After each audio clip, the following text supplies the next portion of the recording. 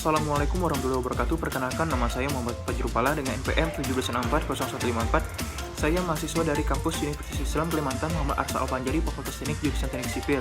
Di sini saya menjelaskan secara singkat dari mata kuliah Pengairan Pasang Surut dengan judul materi Sistem Bendungan dengan dosen pengampu Adi Surya STMT. Oke, langsung saja kita bahas. Indonesia merupakan negara agraris sehingga wajar apabila prioritas utama dalam agenda pembangunan nasional dipusatkan di bidang pertanian. Salah satu sasaran pembangunan pertanian adalah tercapainya peningkatan ketahanan pangan, di mana pangan senantiasa tersedia secara cukup, aman, bermutu, bergizi, dan beragam. Dengan harga yang terjangkau oleh daya beli masyarakat sehubungan dengan hal tersebut, air memegang peranan penting dalam usaha pembudidayaan tanaman pangan. Air merupakan unsur penting bagi tanaman karena proses pengambil unsur hara oleh tudung akar hanya bisa berlangsung apabila ada air yang cukup di zona akar. Melalui proses transpirasi, air mengalir dari zona akar ke seluruh bagian tanaman, dan airan tersebut mendistribusikan unsur hara ke seluruh bagian tanaman. Bendungan atau dam adalah konstruksi yang dibangun untuk menahan laju air menjadi waduk, danau atau tempat rekreasi. Selain itu, bendungan juga seringkali digunakan untuk mengalirkan air ke pembangkit listrik tenaga air atau PLTA. Berdasarkan dam dan bendung atau weir sebenarnya adalah struktur yang berbeda. Perbedaan bendung dan bendungan yaitu bendung merupakan struktur bendungan berkepala rendah yang berfungsi untuk menaikkan muka air dan biasanya terdapat di sungai. Di negara-negara Eropa, bendung digunakan sebagai pengukur kecepatan aliran air di saluran atau sungai serta sebagai penggarap penggilingan tradisional. Di Indonesia, bendung digunakan untuk irigasi apabila air sungai lebih rendah dari muka air sungai lebih rendah dari muka tanah yang akan dialiri. Pengertian bendungan menurut para ahli. Yang pertama, Kementerian Pekerjaan Indonesia. Bendungan adalah bangunan yang berupa tanah, batu, beton, atau pasangan batu yang dibangun selain untuk menahan dan menampung air, dapat juga dibangun untuk menampung limbah tambang atau lumpur. Yang kedua, Kartasa Putra. Bendungan adalah bangunan air yang dibangun secara melintang sungai, sedemikian rupa agar permukaan air sungai di sekitarnya naik sampai ke tinggi tertentu, sehingga air sungai tadi dapat dialirkan melalui pintu sadap ke saluran pembagi kemudian hingga ke lahan-lahan pertanian. Yang ketiga adalah Peraturan Menteri Nomor 72/PRT/1997.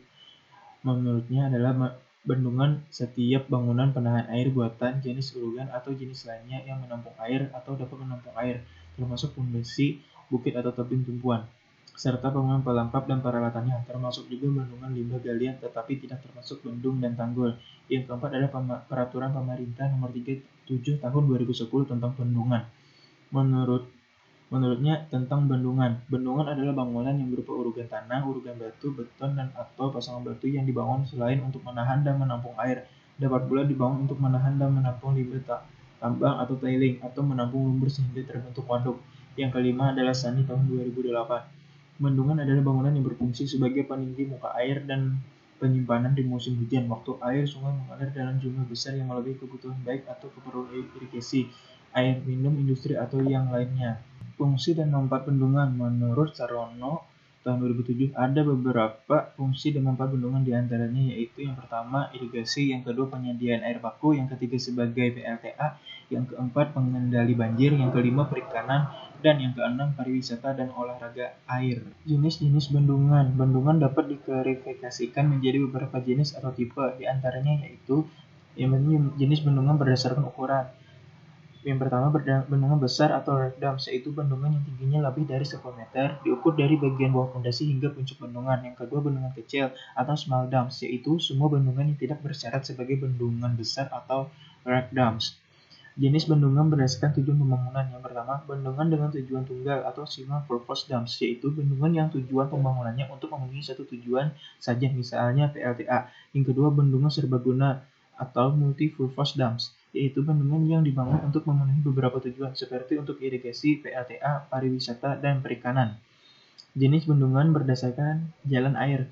Yang pertama, bendungan untuk dilewati air atau overflow dams, yaitu bendungan yang dibangun untuk dilewati air, misalnya pada bangunan pelimpas atau spillway. Yang kedua, bendungan untuk menahan air atau non-overflow dams, yaitu bendungan yang sama sekali tidak diboleh dilewati air, biasanya dibangun perbatasan dan terbuat dari beton, pasangan batu, atau pasangan buta. Dari materi tersebut dapat kita tarik kesimpulan seperti ini.